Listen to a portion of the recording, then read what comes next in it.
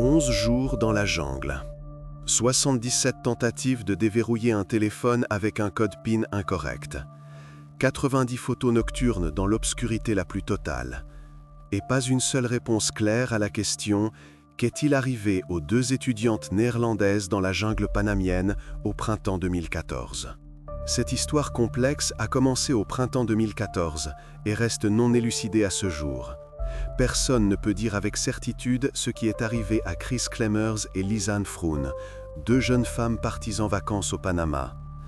Parfois, je me demande combien d'histoires de ce genre restent dans l'ombre, combien de personnes disparaissent simplement sans que personne ne connaisse jamais la vérité. Mais cette histoire-là a été médiatisée, et plus les détails faisaient surface, moins cela ressemblait à un simple accident. Toutes deux étaient étudiantes dans une petite ville néerlandaise. Leurs proches se souviennent d'elles comme de jeunes femmes joyeuses, ouvertes et incroyablement optimistes. Parfois, je me demande combien d'histoires de ce genre restent dans l'ombre, combien de personnes disparaissent simplement, sans que personne ne connaisse jamais la vérité. Mais cette histoire-là a été médiatisée, et plus les détails faisaient surface, moins cela ressemblait à un simple accident. Toutes deux étaient étudiantes dans une petite ville néerlandaise. Leurs proches se souviennent d'elles comme de jeunes femmes joyeuses, ouvertes et incroyablement optimistes. Des filles ordinaires d'une vingtaine d'années, avec des projets, des rêves, un avenir devant elles. Les parents de Lisanne lui avaient offert ce voyage comme cadeau de fin d'études universitaires, où elle étudiait la psychologie. Chris, quant à elle, poursuivait encore ses études en histoire de l'art à l'université d'Utrecht. Elles n'étaient pas des amatrices de sport extrême, ni des amatrices d'aventures risquées, juste deux amies qui voulaient découvrir le monde. Leur objectif principal était d'améliorer leur espagnol et de participer à des projets de volontariat, travailler avec des écoliers locaux, aider les gens, pratiquer la langue, peut-être trouver quelque chose pour elles-mêmes dans cette expérience. Et bien sûr, simplement se reposer, profiter de l'exotisme d'un pays inconnu. Le Panama semblait être l'endroit idéal, pas trop cher, assez sûr pour les touristes, magnifique. Pendant plusieurs mois avant le voyage, elles avaient toutes deux travaillé dans un restaurant local, économisant de l'argent pour le voyage de leurs rêves. Elles mettaient de côté petit à petit, planifiaient leur itinéraire, lisaient les avis d'autres voyageurs. En mars 2014, Chris et Lisanne ont décollé de l'aéroport d'Amsterdam. Leur première destination était Bocas del Toro, une petite ville insulaire sur la côte caribéenne du Panama. Là, elles se sont reposées, se sont baignées dans la mer chaude et transparente, ont appris la langue, ont goûté à la cuisine locale. C'est probablement à cela que doivent ressembler des vacances idéales. Ne se presser nulle part, juste être ici et maintenant. En bref, elles faisaient exactement ce dont elles rêvaient depuis si longtemps. Leur famille recevait de longs messages enthousiasmants sur les beautés du Panama et leurs impressions de voyage. Les filles photographiaient les couchers de soleil, la nourriture locale, les enfants souriants. Tout se passait bien. Après quelques semaines à Bocas del Toro, les jeunes femmes ont déménagé à Boquete, une ville située au pied du volcan Barú. Le trajet a duré plusieurs heures. D'abord un ferry de l'île au continent, puis un bus à travers l'intérieur du pays. Les paysages changeaient. Les plages et les palmiers ont laissé place à des montagnes couvertes de denses forêts tropicales. Cette région est célèbre pour sa jungle, traversée par des sentiers de randonnée menant aux endroits les plus pittoresques. Boquete est une petite ville d'un peu plus de 6000 habitants, mais elle est populaire auprès des étrangers. Des expatriés y vivent, il y a des cafés avec des menus en anglais, des agences de tourisme et des auberges de jeunesse. C'est ici que Chris et Lisanne prévoyaient de passer le reste de leurs vacances. À Boquete, les filles comptaient se consacrer activement à l'étude de l'espagnol et au volontariat auprès des enfants locaux. Elles avaient déjà un accord avec une école de langue qui organisait de tels programmes pour les étrangers. Tout avait été convenu à l'avance, quelques mois avant leur départ. Mais voilà le hic.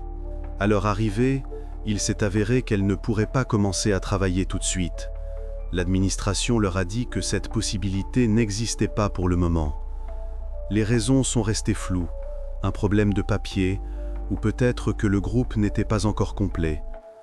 La déception fut grande. C'était pour cela qu'elles étaient venues. Il restait cependant une chance d'aider les familles pauvres du quartier d'Alto Boquete, dans une zone montagneuse un peu plus haut que la ville. C'était un format différent, plus individuel. Chris et Lisanne ont décidé de ne pas changer leur plan et de rester au Panama un mois de plus, jusqu'au début du prochain programme de volontariat. L'argent le permettait, le visa aussi. Et pourquoi pas? Passer un mois de plus dans un si bel endroit? Pourquoi pas? Il restait quelques jours avant le début du travail, du temps libre. Initialement, les randonnées dans la jungle n'étaient pas prévues. Les filles n'avaient ni équipement spécial, ni expérience de trek sérieux. Mais puisqu'une fenêtre s'était ouverte dans leur emploi du temps, elles ont décidé de ne pas la gâcher et d'explorer les environs. La propriétaire de la maison où elles louaient une chambre leur avait parlé du sentier El Pianista, un itinéraire populaire que n'importe quel touriste peut parcourir. Joli, pas loin, sûr. Elle ne se doutait pas encore qu'elle ne sortirait jamais vivante de cette jungle. Prêtes pour l'aventure, Chris et Lisanne ont trouvé un guide local, Feliciano González. Un Panaméen de taille moyenne et d'âge mûr, il guidait les touristes dans les environs depuis plus de 10 ans et connaissait tous les sentiers. Ils se sont mis d'accord pour qu'il les accompagne dans le parc national. Le rendez-vous a été fixé au matin du 2 avril. La veille, le 1er avril, les filles ont pris une décision spontanée. La journée était magnifique, soleil, une légère brise, une température agréable d'environ 25 degrés. Rester dans une chambre étouffante semblait être un crime. Elles sont parties pour une promenade en autonomie sur le sentier local El Pianista, juste pour voir, pour explorer les lieux. Demain, de toute façon, elles iraient ailleurs avec le guide, alors pourquoi ne pas se promener seules aujourd'hui ? Le sentier El Pianista lui-même est l'un des plus populaires auprès des touristes dans cette région du Panama. Son nom se traduit par « le pianiste », soit d'après le nom de famille du premier explorateur, soit parce que le chemin serpente comme des doigts sur les touches d'un piano. Les habitants racontent différentes versions. Le parcours consiste en une montée d'environ 600 mètres, suivie d'une descente à travers une épaisse végétation tropicale. Le trajet aller dure environ 3 heures à un rythme tranquille, en s'arrêtant pour des photos et en se reposant sur les rochers. Le sentier est considéré comme assez facile, même les enfants le parcourent, et se termine par un point de vue offrant une vue imprenable sur la jungle. On peut y voir plusieurs vallées à la fois, des chaînes de montagnes au loin, et en bas, une mer verte d'arbres. Un endroit pour les selfies, en un mot. Après cela, il est convenu de faire demi-tour et de redescendre par le même chemin. Mais au sommet, il n'y a aucune barrière. On peut continuer, seulement il n'y a plus de sentier, juste la forêt, dense et enchevêtrée. Même les habitants évitent d'aller au-delà du point de vue, surtout pendant la saison des pluies, qui dure d'avril à octobre. À cette période, les chemins sont délavés. L'argile devient glissante comme de l'huile. Les racines sortent de terre et la montée se transforme d'une simple promenade en une entreprise dangereuse. On peut trébucher, glisser sur une pierre mouillée, tomber dans un ravin. Les locaux le savent, les touristes, pas toujours. Le parcours traverse des gorges de plus de 20 mètres de profondeur qu'il faut franchir par des ponts de singes. Ces ponts ne sont que des cordes et des planches de bois reliées entre elles. Ils se balancent sous les pieds, grincent et parfois s'affaissent sous le poids d'une personne. C'est un peu effrayant, mais praticable. Cependant, le 1er avril, le temps était magnifique et ensoleillé. La saison des pluies n'avait pas encore commencé. L'air était sec, le sentier ferme. Des conditions idéales pour une randonnée. Chris et Lisanne ont pris un sac à dos léger, n'emportant que le strict nécessaire. Une bouteille d'eau d'1 litre, une pour 2, un peu d'argent liquide, environ 80 $, leur passeport au cas où, leur téléphone et un appareil photo Canon PowerShot. Elles ne prévoyaient pas une longue expédition, juste une promenade de quelques heures. Ce sont les photos de cet appareil qui permettront plus tard de reconstituer le début de leur parcours. Mais les photos prises plus tard ne feront que soulever plus de questions et donner la chair de poule. Quand on les regarde, quelque chose se serre à l'intérieur. Ce qui s'est passé après que les filles ont quitté leur chambre ne peut être déduit que des témoignages des habitants et des photos de leur appareil. Il n'y a presque aucun témoin direct. Ou alors, ils se taisent. Ça arrive aussi. Pour se rendre au début du sentier, Chris et Lisanne ont pris un taxi. Le chauffeur, un Panaméen âgé nommé Roberto, a plus tard témoigné à la police.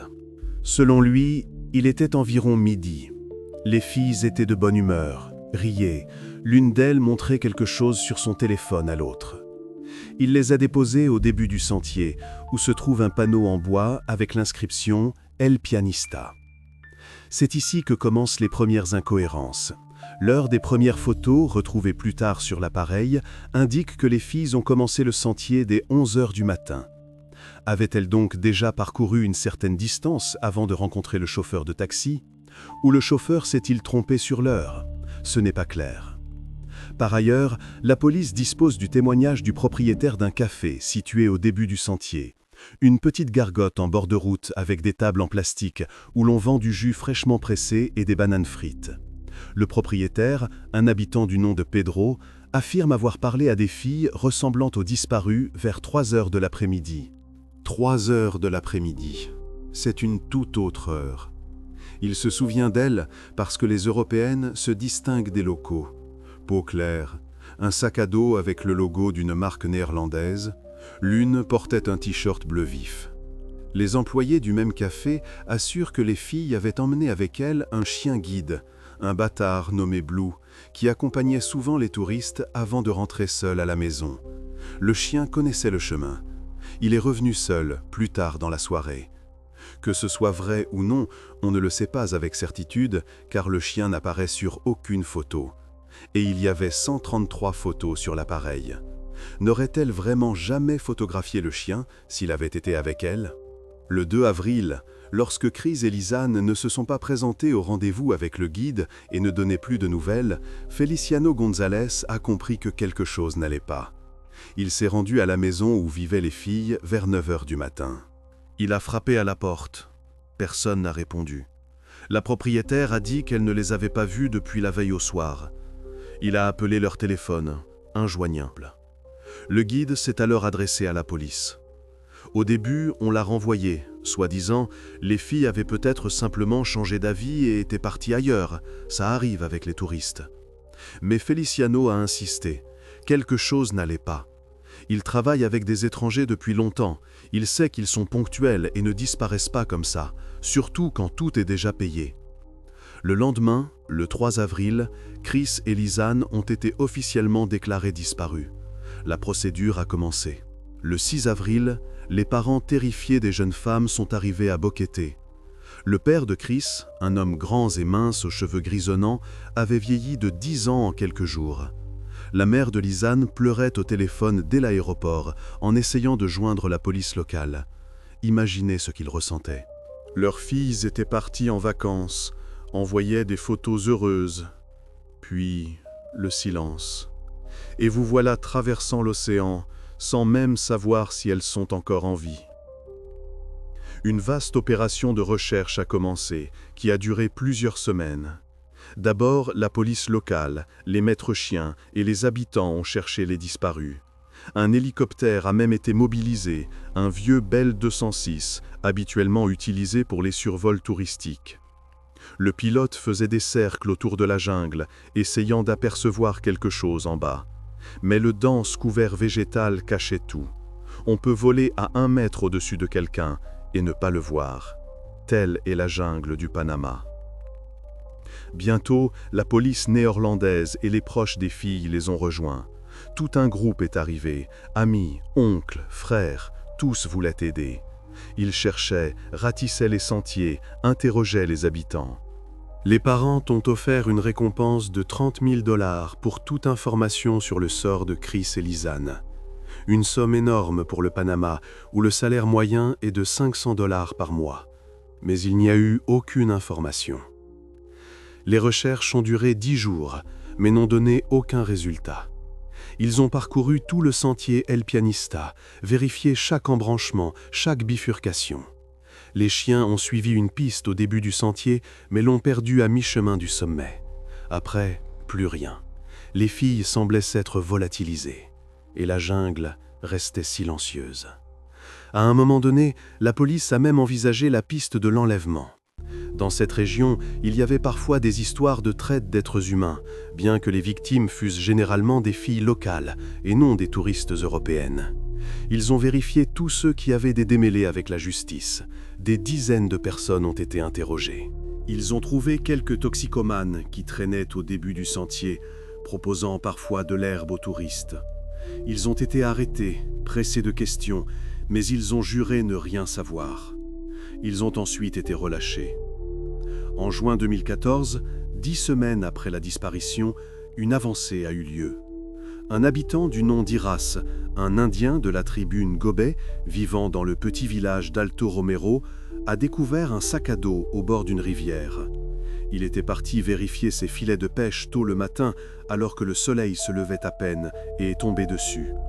Le sac à dos était posé sur un rocher, soigneusement, comme si quelqu'un l'y avait déposé.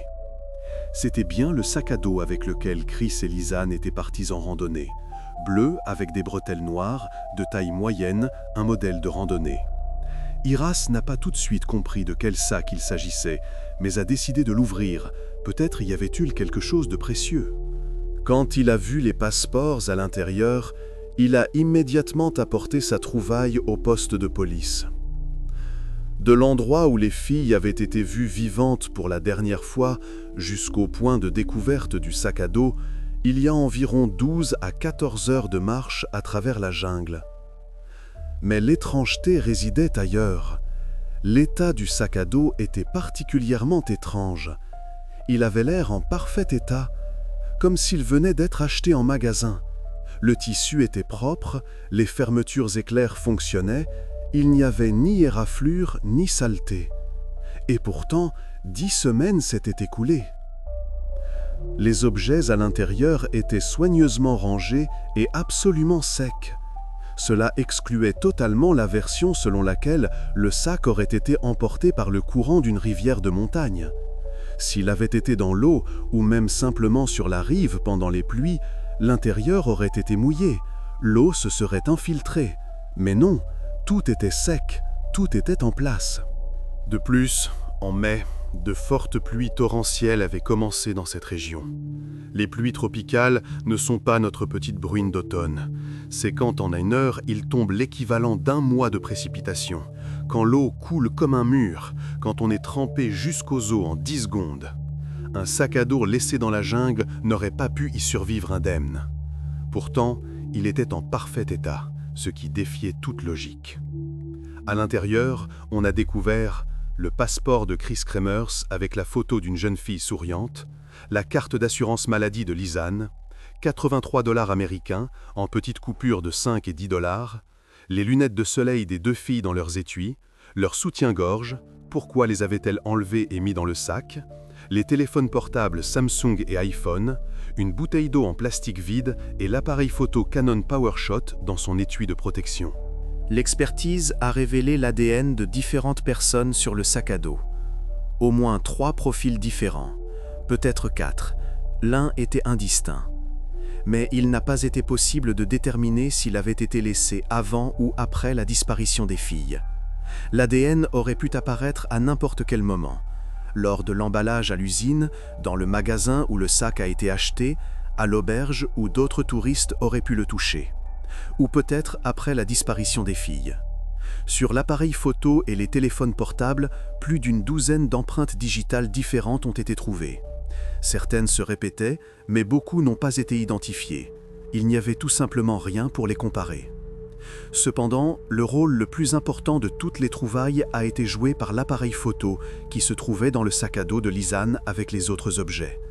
Il fonctionnait. La batterie n'était pas encore épuisée. Et il y avait des photos sur la carte mémoire. 133 photos prises consécutivement ont été découvertes sur l'appareil. Les numéros se suivaient, mais à un endroit, il y avait un manque. Une photo, portant le numéro 509, avait été supprimée.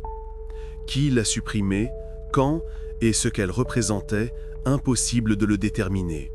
Le fichier a été complètement effacé et non simplement marqué comme supprimé. Cela peut être fait via le menu de l'appareil ou en le connectant à un ordinateur. Les tentatives de récupérer le fichier de la carte mémoire n'ont donné aucun résultat. La plupart des clichés montrent les visages heureux de Chris et Lisanne sur fond des beautés du sentier El Pianista, ainsi que des paysages le long du chemin vers le sommet. La lumière du matin filtre à travers la cime des arbres. Chris, en t-shirt bleu vif, sourit à pleines dents. Lisanne prend un selfie en tirant la langue. Des photos de touristes ordinaires. D'après ces photos, il est évident que les filles profitaient de leur promenade et que tout se passait bien. Il y a des clichés où elles marchent sur le sentier, se tenant à la rampe d'un pont artisanal. Chris photographie Lisanne devant un arbre immense, enlacé de lianes. Lisanne prend une photo de fleurs, des fleurs tropicales d'un rouge vif, ressemblant à de petites clochettes. Elles s'arrêtent pour se reposer, boivent de l'eau à tour de rôle dans la bouteille. Lisanne s'essuie le front avec la main, il fait apparemment chaud. Sur l'une des photos, on voit que son t-shirt est trempé de sueur dans le dos. La montée n'est finalement pas des plus faciles, surtout dans un climat tropical humide, où l'air est épais comme de la gelée. Il y a aussi une photo confirmant qu'elles ont atteint le sommet, c'est-à-dire la fin de l'itinéraire officiel. La photo a été prise au point de vue, là où le sentier se termine. C'est une petite zone dégagée, où se trouve un banc en bois et quelques gros rochers sur lesquels on peut s'asseoir. Sur la photo, on voit la vallée en contrebas, les montagnes au loin. Le ciel est clair, sans nuages. L'heure de la prise de vue est 13h54, selon les données de l'appareil. Presque 2 heures de l'après-midi. Cela signifie qu'elles ont monté pendant environ 2h30, à un rythme tranquille, avec des pauses. Ici, à ce point de vue, leur itinéraire aurait dû se terminer. Faire demi-tour et redescendre. La descente est plus rapide, 1 heure, 1h30, et elles auraient été au pied de la montagne vers 4 heures de l'après-midi. Le soir, elles seraient rentrées à leur auberge, et le lendemain, elles auraient retrouvé le guide pour une autre randonnée. Mais cela n'est pas arrivé. Cependant, les photos suivantes montrent que Chris et Lisanne ont décidé de continuer, déjà en terrain sauvage, au-delà du point de vue, là où il n'y a plus de sentier. Je rappelle, à la fin du parcours, il n'y a ni barrière ni interdiction, juste la forêt. Vous pouvez y aller si vous le voulez. Personne ne vous arrêtera. Pourquoi ont-elles continué? Curiosité? Esprit d'aventure? Ou n'ont-elles tout simplement pas compris que le sentier était terminé? Sur les clichés suivants, on voit que la nature du terrain change. Le sentier devient de moins en moins visible, ressemblant davantage à une piste étroite tracée par des animaux sauvages. Il y a plus d'arbres abattus qu'il faut contourner ou enjamber. Chris photographie un ruisseau, petit, murmurant, une eau transparente coulant sur des pierres. Lisanne prend en photo un rocher couvert de mousse. L'heure de la prise de vue indique que ces photos ont été prises environ 20-30 minutes après celle du sommet. Elles s'étaient donc déjà enfoncées dans un territoire qui leur était inconnu. Selon certaines informations, il y aurait dans cette partie de la jungle un grand nombre de cabanes et d'abris non répertoriés sur les cartes. Les habitants y construisent parfois des abris temporaires, les utilisant pour la chasse ou la cueillette. Des rumeurs circulent aussi, bien que ce ne soit que des rumeurs, qu'au cœur de la jungle se trouvent des plantations de coca. Et les gens qui gardent ces plantations ne sont pas très heureux de recevoir des visiteurs inattendus. Qui y vit, ce qui s'y passe, même les guides expérimentés ne le savent pas. Ils n'y vont tout simplement pas. La dernière photo de jour où l'on peut distinguer quelque chose a été prise à 14h54, exactement 1 heure après la photo au point de vue. On y voit une bifurcation. À gauche, un sentier descend, à droite, il longe le flanc de la montagne. Lequel les filles ont-elles choisi? On ne le sait pas. Ce sont les dernières photos à partir desquelles on peut faire des suppositions sur le chemin de Chris et Lisanne. Après cela, la mémoire de l'appareil est vide pendant une semaine entière. Aucune photo. Puis, les questions se multiplient avec les clichés pris une semaine plus tard. Le 8 avril, exactement une semaine après la disparition, l'appareil se rallume soudainement. Et une série de 90 photos commence, prises dans l'obscurité la plus totale, sous une pluie battante, entre 1h et 4h du matin. Sur la plupart, l'image est floue, brouillée, le flash n'éclairant que des gouttes de pluie et des lambeaux de brouillard. Difficile de comprendre ce qui se passe. Dans cette obscurité, en regardant attentivement, on peut distinguer des ravins, des gorges, quelque part des silhouettes d'arbres, ailleurs des pierres ou encore des ponts de singes. Sur certaines photos, on voit que l'appareil est pointé vers le bas, vers le sol, vers les racines des arbres. Sur d'autres, vers le haut, dans la canopée. Sur d'autres encore, simplement dans le vide, dans le ciel noir d'où tombe la pluie. Les données de l'appareil photo montrent qu'entre certains clichés, la pause n'était que de quelques secondes. Un cliché, pause de 3 secondes. Un autre cliché, pause de 2 secondes. Encore un cliché. Comme si quelqu'un appuyait sur le déclencheur encore et encore, sans regarder dans le viseur. Pourquoi ? Pour éclairer l'espace environnant ? Pour effrayer quelqu'un ou quelque chose ? Ou était-ce un signal de détresse, une tentative d'attirer l'attention ? Parmi les photos de nuit, il y en avait aussi des nettes, relativement nettes en tout cas. Par exemple, une photo d'un bâton auquel sont attachés des morceaux de plastique rouge, probablement d'un sac en polyéthylène. Le bâton est planté dans le sol, le plastique flotte, trempé par la pluie. Un sac identique, rouge, chinois, avec des idéogrammes, a été retrouvé dans la chambre où logeaient les filles. Elles l'avaient apparemment emporté pour y mettre leurs déchets, puis l'ont utilisé pour autre chose. Pour un signal, la couleur rouge est bien visible depuis les airs. Il y a une autre photo. Sur le sol, il y a quelque chose de blanc. Les experts diront plus tard qu'il s'agit probablement de morceaux de papier toilette disposés en forme de lettres. Certains pensent que c'est un SOS, d'autres disent que ce ne sont que des morceaux chaotiques et que seuls ceux qui veulent voir un SOS le voient. L'effet de pareidolie, quand une personne trouve des formes significatives dans des motifs aléatoires. À côté des morceaux blancs, on voit sur la photo un petit quelque chose de rectangulaire. Un miroir ? Les filles avaient un petit miroir de poche. On peut s'en servir pour envoyer des signaux lumineux le jour en réfléchissant le soleil, mais la nuit, il est inutile. Une autre photo, celle qui suscite le plus d'effroi et soulève le plus de questions, les parents de Chris n'ont osé la montrer que 6 mois plus tard. Ils ont longtemps hésité à la publier, la jugeant trop personnelle, trop effrayante. Mais ils ont finalement accepté, dans l'espoir que quelqu'un pourrait expliquer ce que cela signifiait. On y voit en gros plan, à la lumière du flash, des cheveux, roux, longs, un peu humides. Les cheveux de Chris. Juste les cheveux, sans le visage. L'appareil est pointé vers l'arrière de sa tête, sur le sommet de son crâne. Comme si quelqu'un la photographiait par derrière, de très près.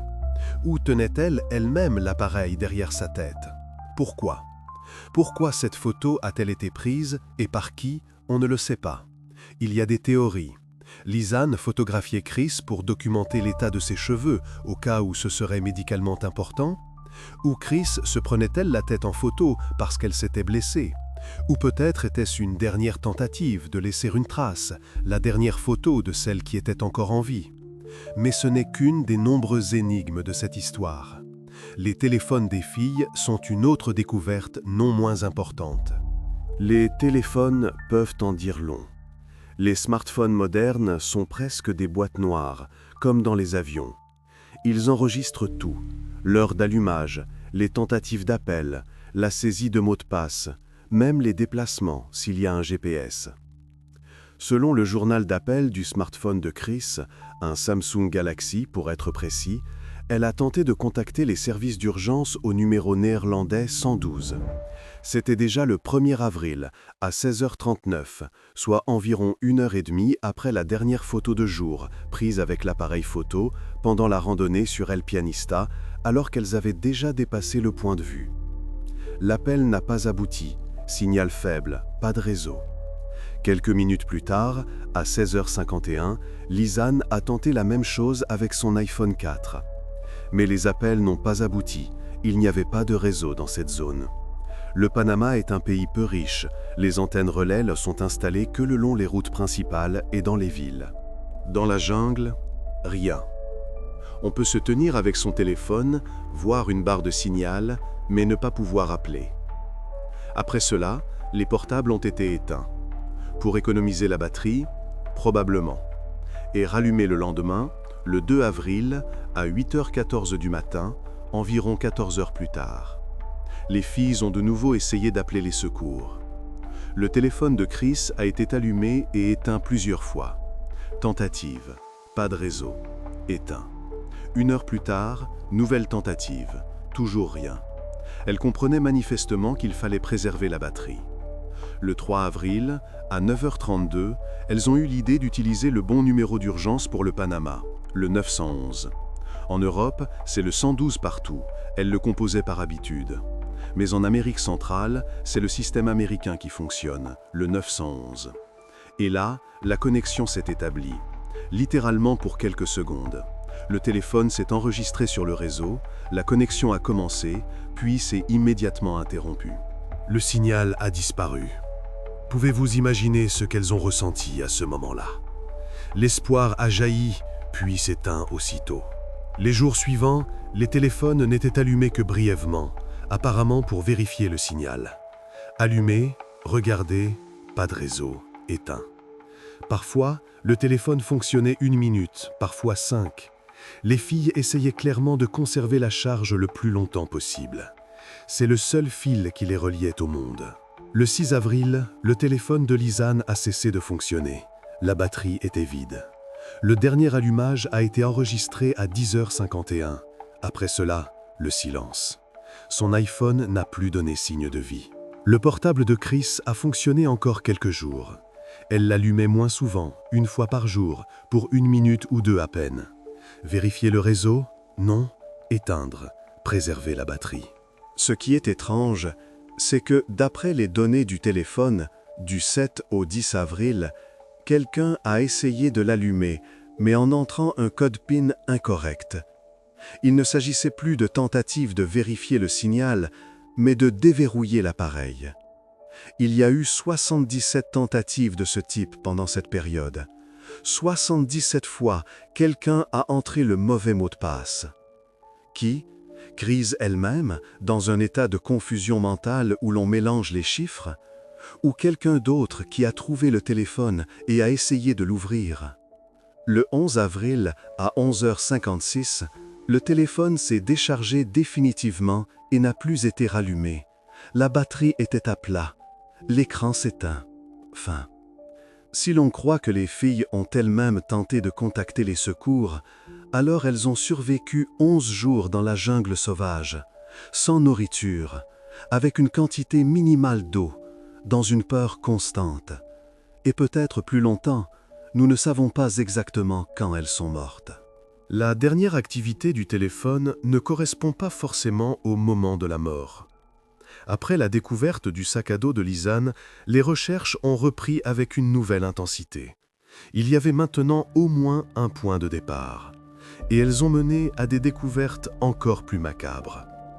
En juin, à 14 heures de marche de l'endroit où le sac à dos a été trouvé, entre 2 ruisseaux rapides, on a retrouvé le short en jean de Chris Kremers, soigneusement plié et boutonné. Il était posé sur une pierre plate, bien droit, comme si on l'y avait délibérément placé. À côté, 2 chaussures différentes, une gauche, une droite, mais de paires différentes, la chaussure de Chris et la chaussure de Lisanne.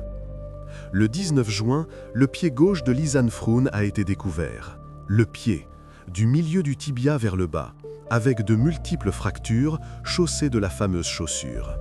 C'est un habitant qui l'a trouvé, alors qu'il pêchait au filet en eau peu profonde. Il a vu quelque chose dans l'eau près du bord, s'est approché et a été pétrifié. L'expertise médico-légale n'a révélé aucune trace de violence, ni coupure de couteau, ni trace d'arme à feu, ni empreinte de dents ou de griffes d'animaux. La peau était partiellement décomposée, mais les os étaient intacts. Les fractures découvertes ont été qualifiées par l'expert de compatibles avec une chute d'une grande hauteur ou avec un choc violent. Plus tard, en juin et en août, 33 autres fragments de corps dispersés des 2 jeunes femmes ont été retrouvés sur les rives de la rivière. Un morceau de fémur, des phalanges, un morceau d'os pelvien, des côtes. Il se trouvait près d'un pont de singe qui, apparemment, figurait sur les dernières photos des filles. Ce pont est vieux. Il a été construit dans les années 80 par les habitants pour traverser une gorge. Les planches sont pourries, les cordes usées. Un endroit dangereux. De nombreux restes se trouvaient à plusieurs kilomètres les uns des autres, tout le long de la rivière, comme s'ils avaient été dispersés par le courant, ou par des animaux, ou peut-être les deux. Des parties de l'os pelvien et un fragment de crâne ont également été trouvés. Les tests ADN ont confirmé, il s'agissait des restes de Chris Kremers. Lorsque les parents en ont été informés, la mère de Chris s'est évanouie au poste de police. Le père est resté assis, le visage de pierre, sans prononcer un mot. Ce qui ajoute à l'étrangeté, c'est la conclusion du pathologiste. Les fragments étaient dans un état très atypique. Un morceau de peau du tibia de Lisanne était en phase de décomposition active, sombre, mou, avec une odeur caractéristique. Mais le fémur et le tibia de la même jambe étaient dans un état absolument parfait, pratiquement vivant. Blanc, propre, sans trace de décomposition des tissus mous, sans dommages causés par des insectes ou des animaux. Comme s'ils avaient été nettoyés, ou lavés, ou traités avec quelque chose. Le pathologiste a écrit dans sa conclusion « L'état des restes osseux ne correspond pas à la date présumée du décès et aux conditions environnementales. Une enquête plus approfondie est nécessaire. Mais il n'y a jamais eu d'enquête plus approfondie. Les experts des Pays-Bas n'ont pas été autorisés à intervenir, et les locaux soit ne savaient pas comment faire, soit ne voulaient pas creuser davantage. Les spécialistes, ceux qui ont étudié l'affaire de manière indépendante, suggèrent que ce n'est pas une coïncidence, que quelqu'un aurait pu faire quelque chose avec les restes des jeunes femmes, les nettoyer, les conserver dans certaines conditions. Mais qui et pourquoi? Et si c'est le cas, où se trouvaient les filles pendant ces 10 semaines de recherche? Certainement pas dans la jungle, où, en quelques jours, dans un climat tropical, il ne reste d'un corps que des os rongés par les insectes. De plus, les os de Chris étaient dans un état complètement différent de ceux de Lisanne. Ils étaient entièrement décolorés, blanchis, comme s'ils avaient été exposés au soleil pendant plusieurs mois. Pourtant, ils ont été trouvés à peu près à la même époque et dans la même zone. Pourquoi une telle différence? L'affaire des jeunes femmes disparues dans la jungle reste extrêmement controversée. Aux Pays-Bas, les autorités s'en tiennent officiellement à la version de l'accident. Elles se sont perdues, se sont blessées, sont mortes de déshydratation et de leurs blessures. L'affaire a été classée. Les restes ont été enterrés. Les parents ont reçu l'assurance. Cependant, les forces de l'ordre panaméennes, du moins certaines d'entre elles, n'excluent pas la thèse d'une mort violente. Mais il n'y a aucune preuve. Et c'est politiquement embarrassant. Un scandale, la réputation du pays, le tourisme en pâtirait. Il est plus simple de tout mettre sur le compte d'un accident et d'oublier. Dans cette histoire tragique, il y a trop d'énigmes et de faits déroutants. Les versions sur ce qui est arrivé à Chris et Lisanne sont innombrables, des plus simples aux plus conspirationnistes. La version la plus logique, officielle, se présente comme suit. Les filles sont arrivées au bout du sentier El Pianista, mais au lieu de faire demi-tour, elles ont continué, dans la jungle sauvage, peut-être par curiosité ou parce qu'elles n'ont pas compris que le sentier était terminé. Elles se sont perdues. Elles ont essayé de revenir, mais n'ont pas pu retrouver leur chemin. La forêt tropicale n'est pas un parc avec des allées.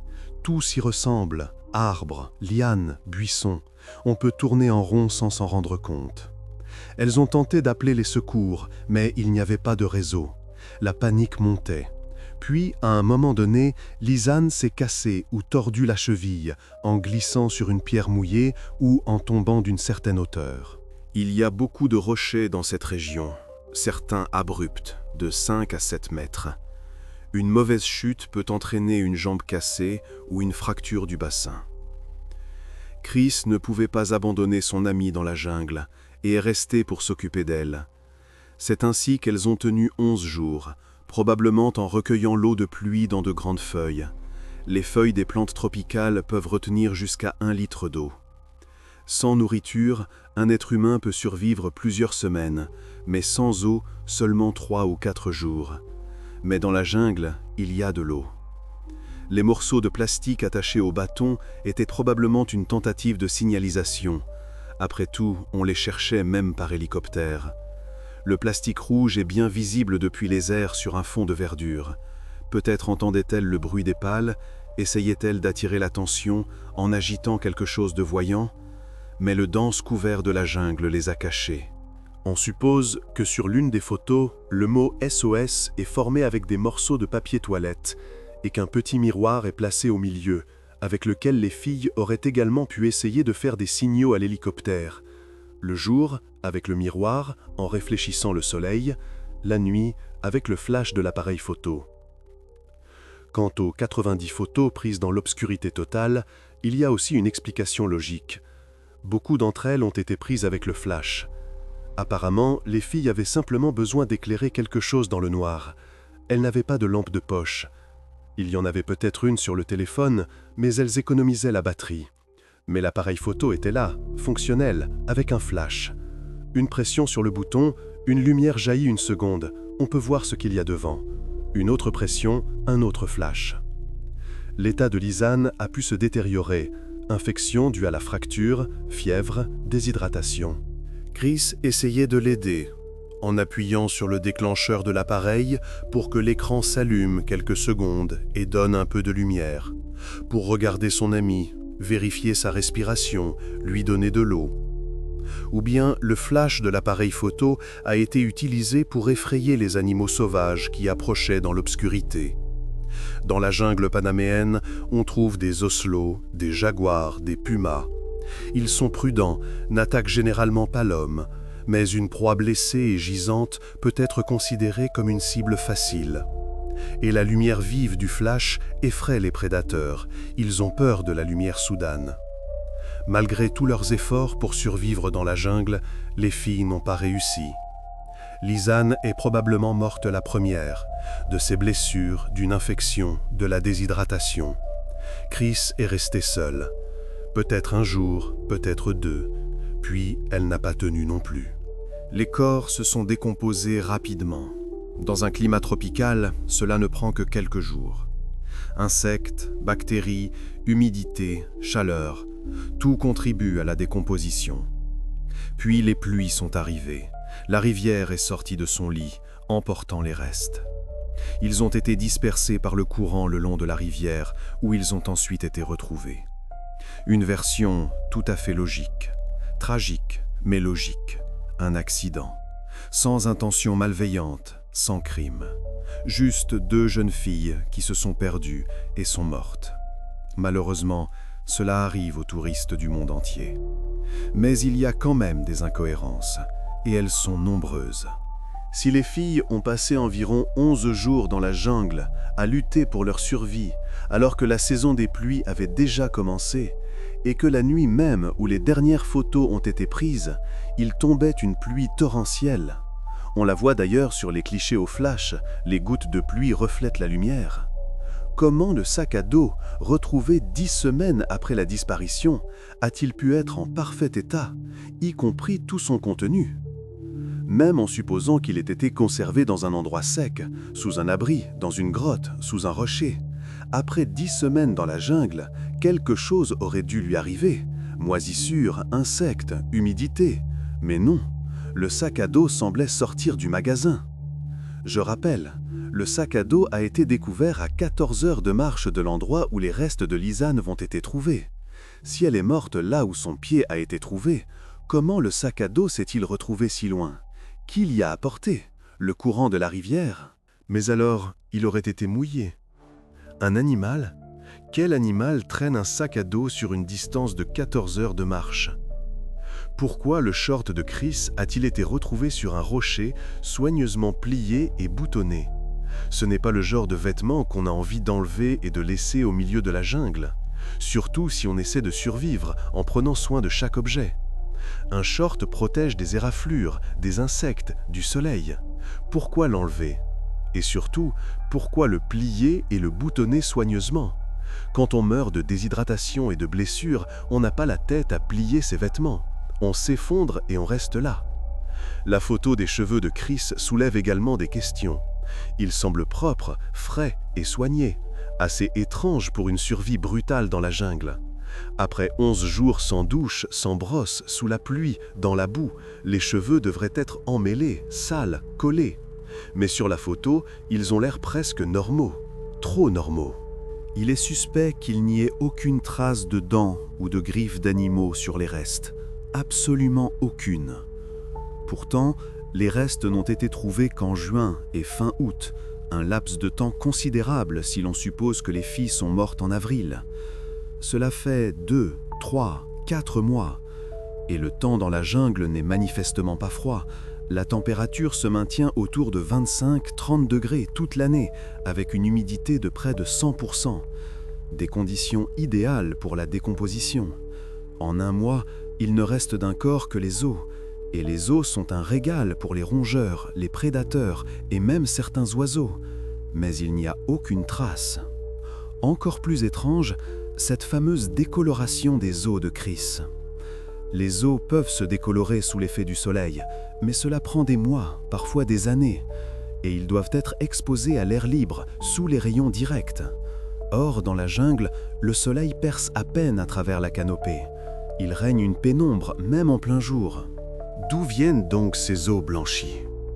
De tels faits étranges laissent ouverte la possibilité d'une mort violente. Peut-être que dans la jungle, elles ont rencontré un danger sous forme humaine. Qui était-ce? Un maniaque solitaire qui vit dans la jungle et chasse les touristes? De tels cas se sont déjà produits dans l'histoire. Ou un cartel de la drogue? Tout le monde se souvient où Pablo Escobar cachait ses laboratoires, au plus profond de la jungle, là où la police ne met jamais les pieds. Le Panama est un pays de transit pour le trafic de drogue de l'Amérique du Sud vers les États-Unis. Des tonnes de cocaïne transitent par son territoire. Et là où il y a de la cocaïne, il y a des gens prêts à tuer pour le silence.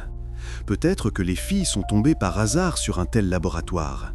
Ont-elles vu quelque chose qu'elles n'auraient pas dû voir, et on les a éliminées? Puis on a mis en scène un accident, en dispersant les restes dans la jungle pour que tout ressemble à une mort par chute. De plus, des gens avaient déjà disparu dans cette région. En 2007, dans les mêmes environs de Boquete, une Américaine, une touriste de Californie, a disparu. On l'a cherchée longtemps, sans la retrouver. L'affaire a été classée. En 2009, un guide local qui accompagnait des étrangers sur les sentiers a disparu. 6 mois plus tard, on a retrouvé son corps dans un ravin. Cause du décès, chute. Mais la famille du guide n'y a pas cru, affirmant qu'il connaissait la jungle comme sa poche et ne serait jamais tombé. En 2012, un couple de touristes allemands a disparu. Ils n'ont toujours pas été retrouvés. Peut-être que ce ne sont que des coïncidences. La jungle est dangereuse, des gens y meurent. Mais peut-être pas. Cette histoire comporte plus de questions que de réponses. Et il est peu probable que nous sachions un jour ce qui est vraiment arrivé aux 2 étudiantes néerlandaises dans la jungle du Panama au printemps 2014. La version officielle est celle de l'accident. Perdues, blessées, mortes. Affaire classée. Mais il y a trop d'étrangeté pour y croire complètement. Le sac à dos en parfait état, le short soigneusement plié, les cheveux propres sur la photo, les 77 tentatives de saisie d'un code PIN incorrect, les os décolorés, l'absence de traces d'animaux, et cette fameuse photo supprimée que personne n'a vue. Aujourd'hui, sur ce même point de vue où se termine le sentier El Pianista, un petit mémorial a été érigé en mémoire de Chris et Lisanne. Une plaque en bois avec leurs photos, des fleurs que quelqu'un apporte parfois, ainsi que des plaques métalliques clouées aux arbres, interdisant de s'aventurer plus loin dans la jungle. Danger, do not proceed, trail ends here. Danger, n'allez pas plus loin, le sentier se termine ici. Mais les touristes y vont quand même, parfois. La curiosité est plus forte que la peur. On veut voir ce qu'il y a après le virage. On veut prendre une photo de plus, faire 100 mètres de plus. La plupart reviennent, mais pas tous.